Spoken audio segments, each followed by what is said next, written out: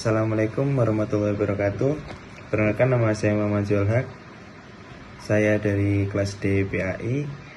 NIM saya 146. Saya di sini akan membahas mengenai tentang misi dakwah Rasulullah. Dakwah Rasulullah SAW di Madinah merupakan fase penting dalam sejarah perkembangan Islam. Dalam fase ini Rasulullah tidak hanya menyebarkan ajaran Islam, tapi juga membangun dasar-dasar kehidupan sosial, politik, dan hukum melalui Piagam Madinah. Tujuan dari pembahasan ini adalah memahami bagaimana Rasulullah merumuskan strategi dakwah yang berdampak besar terhadap pembentukan masyarakat yang adil dan harmonis. Jadi di balik latar belakang hijrah ke Madinah pada tahun 622 Masehi merupakan titik balik yang signifikan dalam sejarah Islam. Rasulullah SAW memulai peran barunya sebagai pemimpin tidak hanya dalam aspek spiritual tapi juga politik. Di Madinah, beliau berupaya mempersatukan masyarakat yang beragam dan membangun tatanan sosial yang adil melalui menyusun Piagam Madinah. Piagam ini menjadi dasar peraturan dalam masyarakat Madinah yang terdiri dari berbagai kelompok dengan latar belakang yang berbeda. Masyarakat Madinah yang beragam diisi oleh 3 kelompok. Yang pertama ada kelompok Amalik, Yahudi, Aus, dan Khal. Kelompok Amalik sendiri yakni kelompok penduduk lama di Madinah. Sedangkan kelompok Yahudi yakni kelompok yang terbesar di beberapa kabilah. Sedangkan Aus dan Khal ini 2 suku Arab yang penting berkonflik sebelum masuknya Islam. Konflik yang terjadi antara Aus dan Khal sering menimbulkan perpecahan. Kedatangan Rasulullah SAW membawa harapan persatuan bagi kedua suku tersebut.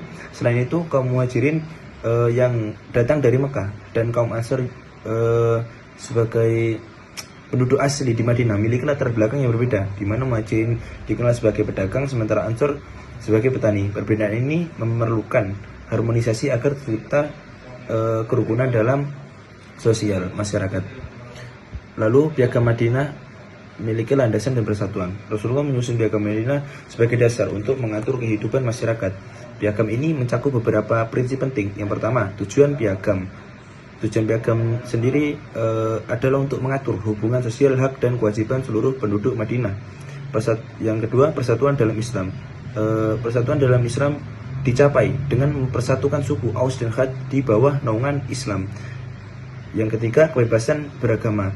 Daerah ini dijamin bagi kaum Yahudi, di mana mereka diberi hak untuk menjalankan ritual atau ibadah dan mendapat ibadah agamanya dan mendapat perlindungan. Lalu isi Piagam Madinah tersebut sendiri itu memuat beberapa poin penting yang menjadi panduan hidup bermasyarakat. Yang pertama, kesatuan masyarakat. Semua kelompok, baik Muslim Quraisy, Yasrib maupun pengikut lainnya, dipandang sebagai satu umat yang bersatu. Tanggung jawab bersama. Kaum muslimin bertanggung jawab untuk atas tebusan bagi tawanan, mencerminkan tanggung jawab sosial di antara umat. Lalu selanjutnya, perlindungan terhadap kaum Yahudi. Kaum Yahudi yang mematuhi perjanjian diberikan perlindungan dan hak yang sama dalam masyarakat. Lalu misi dakwah Rasulullah di Madinah, misi dakwah Rasulullah di Madinah menerapkan beberapa strategi untuk memperkuat dakwahnya, yakni ada proses di mana Rasulullah memberikan atau menerapkan beberapa strategi. Ada pembangunan masjid, persatuan antar suku, dan perjanjian dengan non-muslim. Masjid di sini sendiri berfungsi sebagai pusat kegiatan, bukan hanya tempat ibadah tetapi juga tempat bermusyawarah dan pendidikan. Lalu Rasulullah mendamaikan konflik antara suku Aus dan Khad serta mempersaudarakan Muhajirin dan Ansor. Lalu perjanjian dengan non-muslim ini, Piagam Madinah menjadi dasar perjanjian yang menjamin hak dan kewajiban semua warga Madinah, termasuk yang non-muslim. Lalu strategi dakwah Rasulullah sendiri untuk memperkuat dakwahnya, Rasulullah menerapkan 2 strategi. Yang pertama, membangun Masjid Nabawi, dan yang kedua, membangun persaudaraan. Masjid Nabawi sendiri dijadikan sebagai pusat penyebaran ilmu dan dakwah Islam. Sedangkan membangun persaudaraan, Rasulullah di sana mempersaudarakan kaum Muhajirin dan Ansor untuk memperkuat ikatan sosial dan